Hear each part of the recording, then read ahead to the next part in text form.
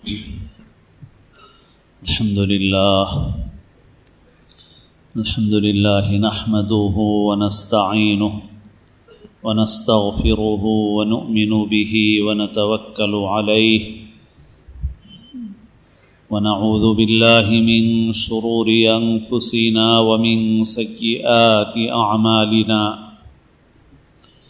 من يهد الله فلا مضل له ومن يضلل فلا هادي له نشهد أن لا إله إلا الله وحده لا شريك له ونشهد أن سيدنا ونبينا ومولانا محمدا عبده ورسوله صلى الله تعالى عليه وعلى آله وأصحابه وأتباعه وأزواجه وذرياته وبارك وسلم تسليما كثيرا كثيرا أما بعد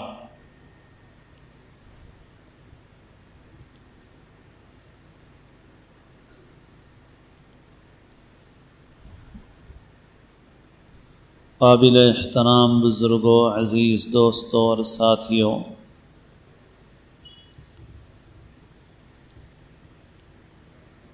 رسول اللہ صلی اللہ علیہ وسلم نے ارشاد فرمایا: الا کلکم راع وکلکم مسئول عن رعیتہ۔ اچھی طرح سن لو، خبردار اور آگاہ ہو جاؤ کہ تم میں سے ہر شخص نگران و نگہبان ہے اور اس سے اس کے ماتحتوں کے متعلق سوال کیا جائے گا۔ آپ صلی اللہ علیہ وسلم نے ایک حدیث میں ارشاد فرمایا: ما نحل والد ولدا من نحل افضل من ادب حسن، کہ کوئی باپ اپنی اولاد کو اچھی تعلیم اور تربیت سے بڑھ کر کوئی تحفہ نہیں دے سکتا۔ سب سے قیمتی چیز جو اپنی اولاد کو انسان دے سکتا ہے وہ بہتر تعلیم اور تربیت ہے۔ اللہ تعالیٰ نے قرآن مجید میں ارشاد فرمایا: یا ایھا الذین آمنوا قوا انفسکم واہلیکم نارا، اے ایمان والو اپنے آپ کو اور اپنے گھر والوں کو جہنم کی آگ سے بچاؤ، دوزخ کے عذاب سے بچاؤ۔ ایسے ہی فرمایا: وَأْمُرْ أَهْلَكَ بِالصَّلَاةِ وَاصْطَبِرْ عَلَيْهَا، اپنے گھر والوں کو نماز کا حکم دو اور نماز پر جمے رہو۔ لا نسألك رزقا نحن نرزقك،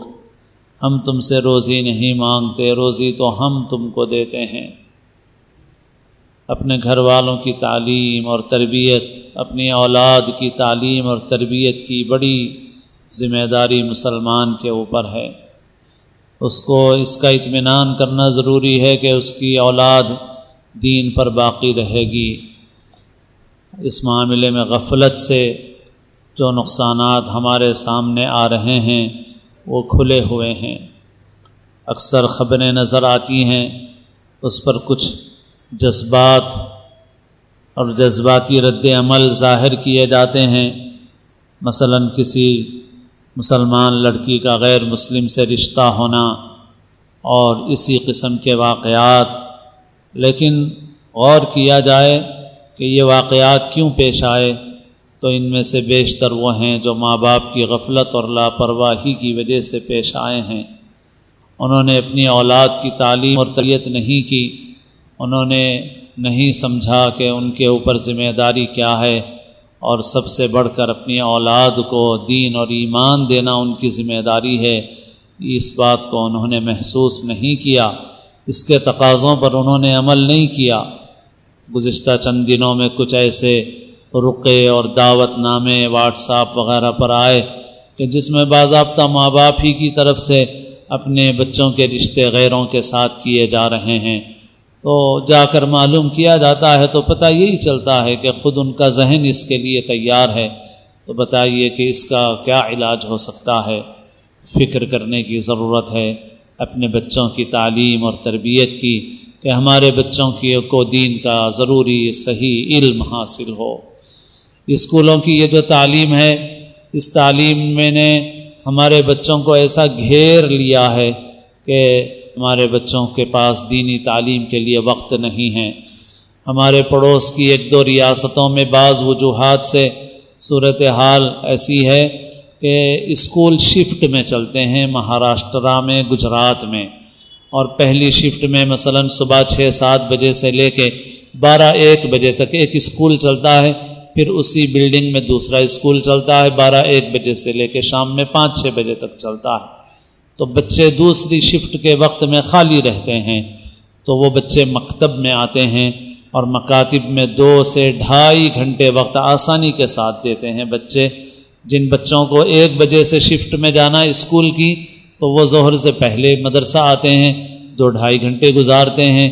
اور جو صبح اسکول چلے جاتے ہیں تو وہ ظہر کے بعد کھانا آنا کھا کے پھر آتے ہیں، تو 2-2.5 گھنٹے وہ وقت گزارتے ہیں۔ اللہ کرے کہ یہ نظام وہاں باقی رہے، کیونکہ اس سے مسلمانوں کو بڑا فائدہ ہے۔ لیکن افسوس کہ ہمارے علاقے میں صورتحال ایسی نہیں ہے، ہمارے صبح فجر کے سونے تک گھرے ہوئے ہیں، بلکہ بعض علاقوں میں سمجھتے ہیں کہ اوپر ایک سوار ہے کہ رینک لانا ہے، تو لہٰذا بچوں کو رات میں 8 بجے تک روکا جاتا ہے اور ان کا پورا وقت گھیر لیا جاتا ہے۔ ان کے سامنے تو بس یہ ہے کہ ہمارے بچوں کا رینک آ جائے، ہمارے ادارے کا نام ہو جائے، پبلسٹی ہو جائے، لیکن در حقیقت یہ بہت ایک بہت گہری سازش ہے۔ ابھی ایک عالم دین مولانا خالد بیگ ندوی شریف لائے تھے، اور انہوں نے ایک پیش کیا پاور پوائنٹ پریزنٹیشن جس کو بولتے ہیں وہ، تو اس میں بتایا انہوں نے کہ ان کے جو مقاصد ہیں اس تعلیمی نظام کے ذریعے سے 10 چیزیں نئی ضابطہ دکھایا، انگریزی عبارت کہ یہ جو اقوام متحدہ کے پاس یہ درج ہے چیزیں کرنا، ان میں سے بچوں کا سرپرستوں سے رشتہ آہستہ کیا جائے، یعنی بچے سرپرست نہ رہیں۔ آپ دیکھیے یہ جو ماں باپ کو ہوم کے حوالے دیتے ہیں، اسی لیے حوالے کرتے ہیں کہ ماں باپ کے ساتھ جو اٹیچمنٹ ہونا چاہیے بچوں کا وہ نہیں ہوتا۔ ایسے ہی بچوں کو اپنے رواجی طور طریقوں بھی رکھا جائے، مذہب سے دور رکھا جائے، اتنا موقع نہ دیا جائے کہ ماں باپ اپنے روایات اپنے بچوں کے اندر منتقل کر سکیں، تاکہ ماں باپ کے ذریعے سے آنے والی روایتیں وہ بچوں کے اندر منتقل نہ ہوں، بچوں کو اتنا مصروف رکھو کہ بچوں کو اس کا موقع ہی نہ ملے۔ تو بہرحال ہماری ریاست میں بھی صورتحال ایسی ہی ہے کہ ہمارے صبح سے، اور بہت ساری ریاستوں کی صورتحال ایسی مصروف ہیں کہ مکتب کو 1 گھنٹہ بھی مشکل سے وقت نہیں دے پاتے، 1 گھنٹہ بھی وقت نہیں دے پاتے بڑی مشکل سے، اور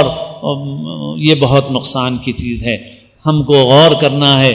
کیسے کریں گے ہم، اور راستہ نکالنا ہے، اور ان مکاتب میں وقت بھی کم سے کم 1.5 گھنٹہ وقت تو لگے،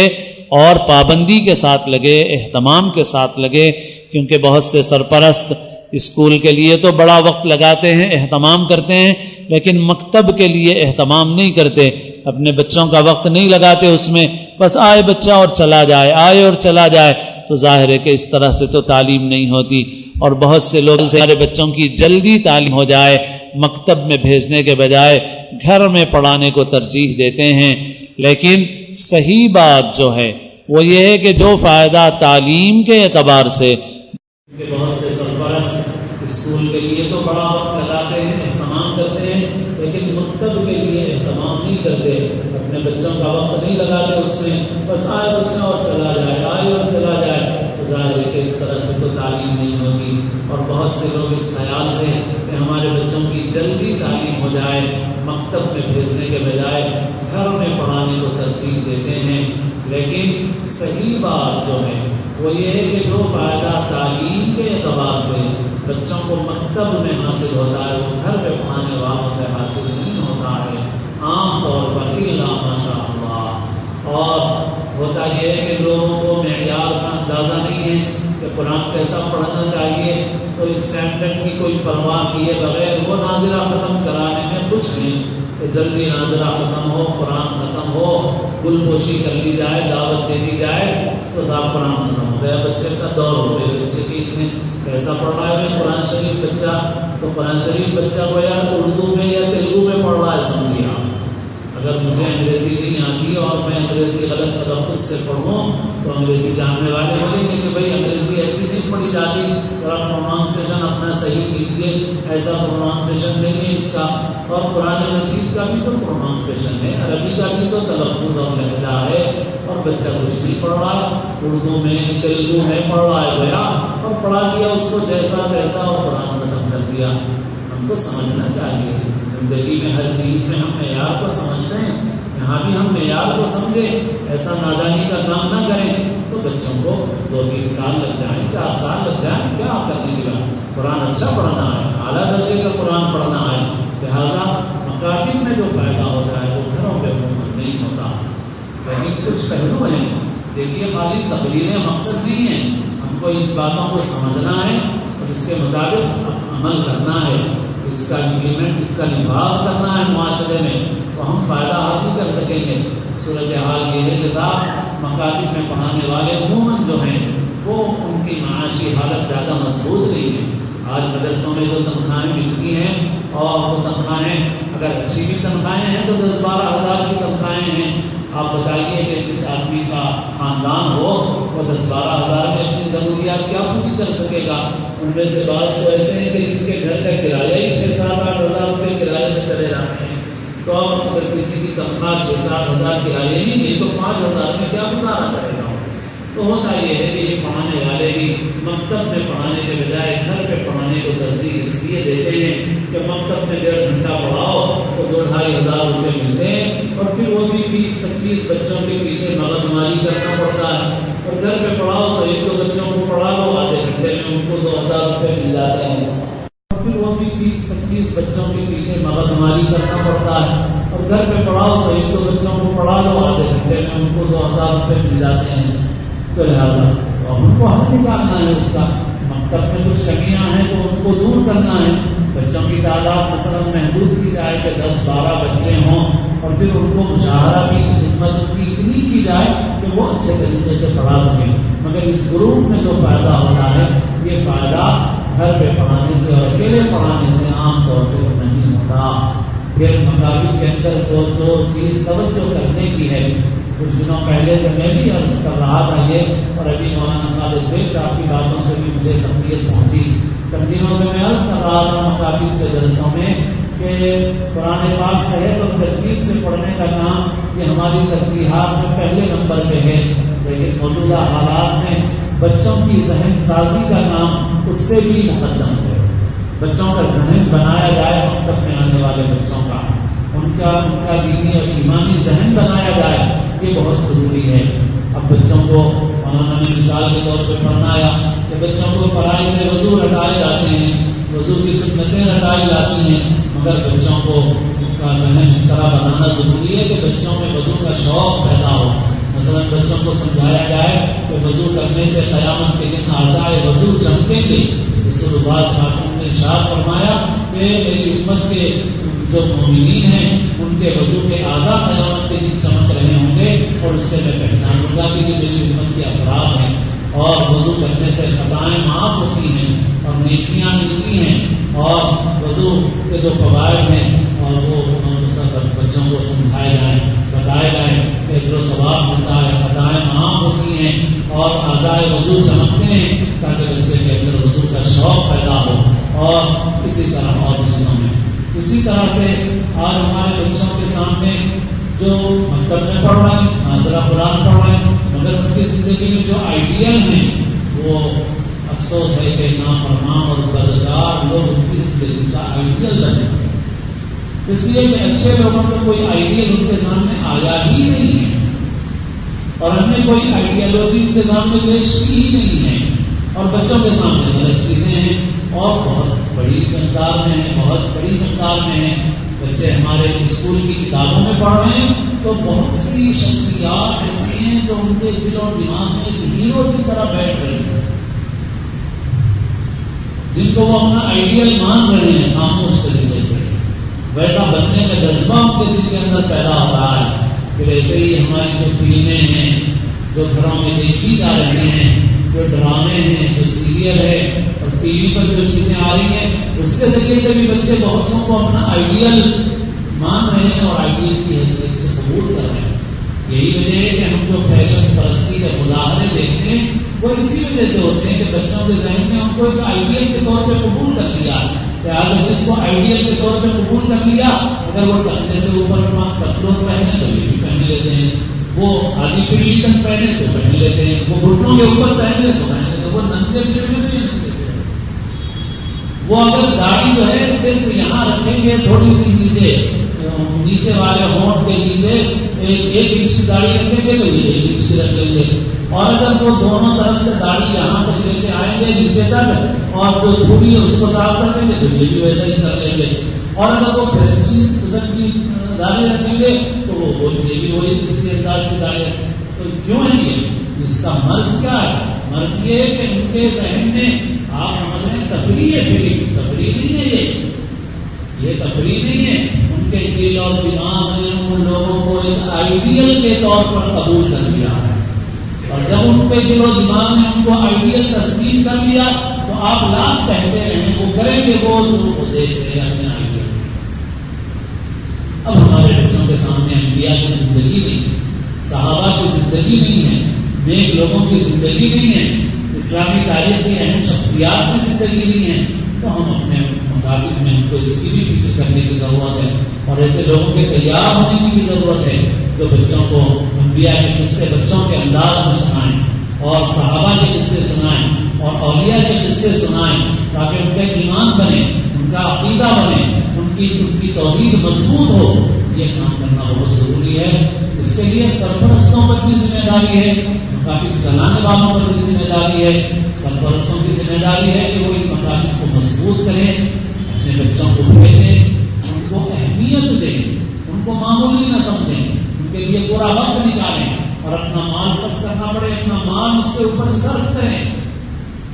اور جو مکاتب چلانے والے ہیں ان کی بھی ذمہ داری ہے کہ مکاتب کو مضبوط بنائیں، بچوں کی ذہن سازی کا کام کریں، بچوں کے دین اور ایمان کی حفاظت کے لیے یہ بہت ضروری ہے۔ اور موجودہ حالات میں اس کی اہمیت کو محسوس کرتے ہوئے ہمارے بعض بڑوں نے اور بڑی تنظیموں نے جیسے جمعیت علماء ہند ہے وہ بھی ایک دینی تعلیمی تحریک چلا رہی ہے، کیونکہ آنے والے حالات میں اور زیادہ ضرورت ہے اس کی، اور ضرورت شدید سے شدید تر ہونے والی ہے، اور بہت سی چیزیں وہ ہیں جو ہمارے ہاتھ سے نکل رہی ہیں، جیسے اسکولوں کا نظام ہے، اسکولوں کا نصاب ہے، اور ہم اپنے بچوں کی حفاظت کیسے کریں گے؟ تو ہم کو انتظام کرنا ہے اس کا۔ اگر کوئی انتظام نہیں کریں گے ہم اور غفلت اور لاپرواہی برتیں گے تو پھر اپنے بچوں کے ایمان کو باقی رکھنا مشکل ہو جائے گا، اور میرے دوستو یہ اتنی اہم ذمہ داری ہے کہ کچھ پوچھیے مت، ہماری زندگی کے سارے گناہ ساری برائیاں ایک طرف، ہم مریں گے ہمارے گناہوں کا اکاؤنٹ بھی بند ہو جائے گا جیسے نیکیوں کا بند ہو جائے گا۔ ہم نے جو گناہ کیے وہ گناہ بھی رک گئے، اور اللہ چاہے معاف فرمائے، چاہے پکڑ فرمائے، چاہے سزا دے کے معاف فرمائے، لیکن اگر ہم نے اپنی اولاد کو بے دینی کے راستے پہ چھوڑ دیا، بے ایمانی کے راستے پہ چھوڑ دیا، کفر و الحاد کے راستے پہ چھوڑ دیا، شرک کے راستے پہ چھوڑ دیا، ہم مر کے چلے جائیں گے مگر ہمارے بچے جب تک بے دینی پر قائم رہیں گے اس کا عذاب ہم کو پہنچتا رہے گا، اور عذاب جاریہ کا سلسلہ قائم ہوتا ہے۔ ہماری زندگی کی جو کوتاہیاں ہیں اب اللہ کے حوالے ہیں، اللہ چاہے معاف فرما دے، مگر یہ اپنی اولاد کو جو بے دین بے ایمان چھوڑ کے گئے اور بے دینی کے راستے پہ ڈال کے چلے گئے تو اس کا عذاب تو پہنچنے والا ہے، اس کی پکڑ تو ہونے والی ہے اللہ کے پاس۔ اور اس کی اہمیت کی وجہ سے حضرت مولانا علی میاں کی بھی ایک بہت بڑی فکر تھی، ہے درد تھا، اور مولانا نے دینی تعلیمی کونسل کے لیے بہت کام کیا اس زمانے میں، اور مولانا کے رفقا تھے، اور اس زمانے میں مولانا کی جو تقریریں ہیں اس میں یہ مضمون ہے، اور مولانا حضرت یعقوب کا وہ واقعہ اور آیت کا وہ حصہ ذکر کرتے تھے قرآن شریف کی، ہم کنتم شہداء اذ حضر یعقوب الموت، کہ حضرت یعقوب کی موت کا جب وقت آیا تو حضرت یعقوب نبی ہیں، ان کے والد حضرت اسحاق نبی ہیں، ان کے دادا حضرت ابراہیم نبی ہیں، ان کی اولاد میں حضرت یوسف نبی ہیں، اور ان کے بیٹوں میں نبی پیدا ہونے والے ہیں، مگر پھر بھی حضرت یعقوب اپنی اولاد سے مرتے وقت پوچھ رہے ہیں ماں تعبدون من بعدی، میرے بعد کس کی عبادت کرو گے؟ آج میں اور آپ ضروری نہیں سمجھتے، ہم اور آپ نہیں سمجھتے میرا بیٹا اور کیا کرے گا؟ میں مسلمان ہوں، میرے باپ مسلمان تھے، میرے دادا مسلمان تھے، اور میں تو ہمارے دادا ایسے تھے، ہمارے دادا ایسے تھے، اور دادا ایسے تھے، عالم تھے، بزرگ تھے، فلاں تھے، لہٰذا مجھے پوچھنے کی کیا ضرورت ہے؟ میری اولاد تو ایمان پہ رہے گی، اسلام پہ رہے گی اور کس چیز پہ رہے گی. مگر حضرت یعقوب اپنی اولاد سے پوچھ رہے ہیں یہ اہمیت کو بتانے کے لیے ہے میرے بعد کس کی عبادت کرو گے, اس کے طریقے کے اوپر رہو گے. تو بچوں نے کہا نعبد الہ و الہ آبائک ابراہیم و اسماعیل و اسحاق الہ واحد. آج ہم کرتے ہیں تو ہمیں مرتے وقت فکر ہوتی ہے ہمارے بچے کیا کھائیں گے, کیسے رہیں گے. اگر ہم کو اطمینان ہو گیا کہ صاحب ہمارے بچوں کا گھر محفوظ ہے, ہمارے بچوں کا بنگلہ محفوظ ہے, ہمارے بچوں کی انکم محفوظ ہے, ہمارے بچوں کے انکم کے ذریعے محفوظ ہیں, تو ہم اطمینان سے مرتے ہیں کہ صاحب مجھے فکر کی بات نہیں ہے, اس لیے کہ بچے سب اچھے ہیں, سب کے پاس گھر ہے اور سب کے پاس انکم کے سورسز موجود ہیں, لہٰذا میں تو آرام سے مروں گا. لیکن حضرت یعقوب کا یہ واقعہ یہ بتاتا ہے کہ ایک مسلمان کو مرتے وقت ان چیزوں سے اطمینان نہیں ہو سکتا. ایک مسلمان کو اطمینان اس وقت ہوگا جب اسے مرتے وقت یہ اطمینان ہو کہ اس کی اولاد دین پہ قائم رہے گی, ایمان پہ قائم رہے گی, توحید کے عقیدے پہ قائم رہے گی. اپنی اولادوں کی حفاظت کرنا ہے تو ہمیں ان کی دینی تعلیم کی فکر کرنا ہے. خالی گرما کے سمر کورس کافی نہیں ہے, سمر کورس میں بہت بڑی مشکل پیش آتی ہے. لاکھوں بچے ایک ساتھ آ جائیں, اسٹاف کہاں سے ملے گا, کہاں سے لائیں گے اسٹاف, کیسے پڑھائیں گے ان کو. یہ محنت سال بھر کرنے کی ہے, خالی سمر میں کرنے کی نہیں ہے, سال بھر کرنے کی ہے. اور صرف آدھا گھنٹہ برائے نام نہیں, کم سے کم 1.5 گھنٹہ اور ہو سکے تو اس سے زیادہ منظم طریقے پہ نکالا جائے. اور صرف ناظرہ پڑھانے پہ, صرف 10 سورے رٹانے پہ اکتفا نہ کیا جائے, بلکہ ان کو دین کا اچھا مواد دیا جائے جس سے ان کی بریک واشنگ ہو, ان کا ذہن بنے اور وہ اندر سے پکے ایمان والے بنے, ان کا توحید کا عقیدہ مضبوط ہو, اللہ سے تعلق مضبوط ہو. اس کے لیے اللہ کا تعارف ہے, اللہ کی نعمتوں کا استحضار ہے, انبیاء کے قصے ہیں, صحابہ کے قصے ہیں, اولیاء کے قصے ہیں, یہ ان کے سامنے لائے جائیں تاکہ ان کے سامنے جو صحیح آئیڈیا ہے وہ سامنے آئے. انشاءاللہ اس کے اندر اتنا اثر ہے کہ پھر وہ اس شہر کا دریافت ہو جائے گا اور ہمارے بچے انشاءاللہ صحیح راستے کے اوپر لگیں گے. تو اس کی ضرورت ہے, اس کے لیے فکریں کریں, کوششیں کریں اور اپنے بچوں کی دینی تعلیم کے لیے بہت چوکس رہیں, خاص طور پر موجودہ حالات میں اور جن حالات کے آئندہ اندیش ہیں حالات میں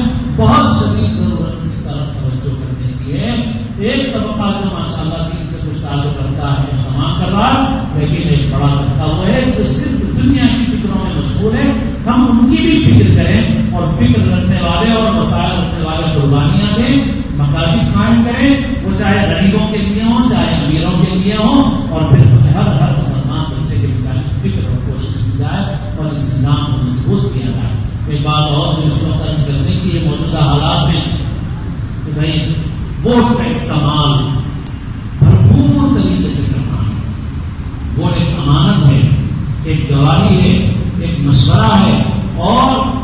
مسلمان اس کا پابند ہے کہ وہ فیما بینہ و بین اللہ, اپنے اور اللہ کے درمیان جس کو دینا صحیح سمجھتا ہے اس کو دے. کسی سے پیسہ لے کر کے ووٹ دینا بہت بڑا گناہ ہے, لالچ میں نہیں دیا جا سکتا, کسی سے محض دوستی میں بھی نہیں دیا جا سکتا, تاکہ ہمارے دوست ہیں نہیں دیا جا سکتا. بالکل کسی سے دشمنی کی وجہ سے بھی اس کی مخالفت نہیں کی جا سکتی. مثلا یہ کہ 2 امیدواروں میں ایک امیدوار اچھا ہے, دوسرا امیدوار خراب ہے, مگر اس اچھے کا مطلب کیا ہے موجودہ حالات میں جو مجموعی اعتبار سے کم نقصان ہے. ذرا اچھے کا مطلب بھی سمجھ کر رکھیے کہ جو ملک اور ملت کے حالات کے اعتبار سے مجموعی اعتبار سے کم نقصان دہ ہے, وہ ہے اچھے کا مطلب اس وقت موجودہ ہے. تو یہ ہمارے نزدیک اچھا یعنی کم نقصان دہ والا ہے, اور یہ بہت بڑا مضر شخص ہے. لیکن اس سے کسی معاملے میں ہماری لڑائی ہو گئی, کسی مکان کے مسئلے میں, کسی اور مسئلے میں, ہم نے کہا کہ صاحب اس کو تو نہیں دینا ہے کسی صورت میں, نہیں کر سکتے آپ. وہ معاملہ اپنی جگہ پہ, وہ آپ بدلا لے سکیں, کہیں پر شرط جائز ہے تو وہ آپ اپنی جگہ پہ بدلا لیں, لیکن اس وقت حالات یہ کہہ رہے ہیں کہ اس کو دینا ملک اور ملت کے حق میں بہتر ہے. تو چاہے آپ کی اس سے دشمنی ہو, چاہے آپ کی اس سے لڑائی ہو, مگر آپ کو اسے ووٹ دینا. یہ آپ کے موجودہ حالات میں ووٹنگ مشینوں پر بھی شکوک و شبہات ہیں, اور کچھ جگہوں پر ہے ہی ویسا, لیکن وہ ہر جگہ نہیں ہے ویسی صورتحال. چنانچہ جو لوگ اس سلسلے میں کام کر رہے ہیں ان کے پاس پورا ڈاٹا موجود ہے. نارتھ انڈیا میں, اتر پردیش میں بہت سے حلقوں میں غلط قسم کے امیدوار کامیاب مشین کی وجہ سے نہیں ہوئے، صرف مسلمانوں کی غفلت اور لاپرواہی کی وجہ سے ہوئے۔ اول تو ہزاروں مسلمان ایسے تھے جن کا نام ہی نہیں تھا، ان کو کوئی فکر نہیں ہوئی اپنا نام شامل کرانے کی۔ پھر جن لوگوں کا نام تھا ان میں سے بھی بعض ایسی جگہوں میں تو مسلمانوں کی جگہ ہے پوری طرح سے، صرف 46% لوگوں نے اپنے ووٹ کا استعمال کیا، باقی لوگوں نے استعمال نہیں کیا۔ اور یہ جو تاثر ہے کہ صاحب مشینی گڑبڑ ہے، تو اس کا ایک سائڈ افیکٹ یہ پڑ رہا ہے کہ لوگ یہ سمجھیں جب مشینوں سے ہی ہو رہا ہے تو ووٹ ڈال کے کیا فائدہ، تو یہ نہیں ہے۔ آپ کو بہرحال کوشش کرنا ہے اپنی، اور آپ کو ووٹ ڈالنا ہے۔ اور جن علاقوں میں ایسا ہوا تو ایک تو یہ وجہ ہوئی کہ پرسنٹیج کم تھا، دوسرے یہ کہ مسلمانوں نے بے شعوری میں